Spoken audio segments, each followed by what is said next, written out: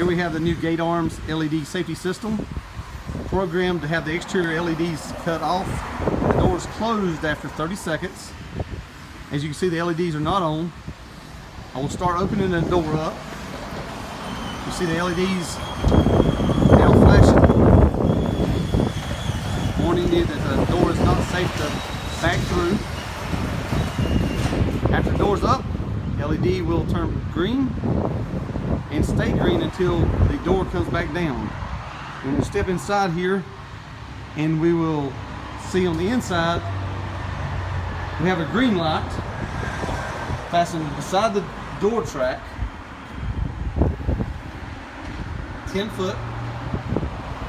And then we also have the green light fastened on the exterior of that here.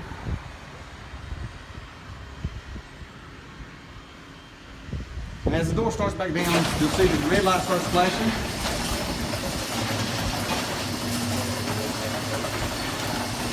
Warning you that the door is not safe to back under.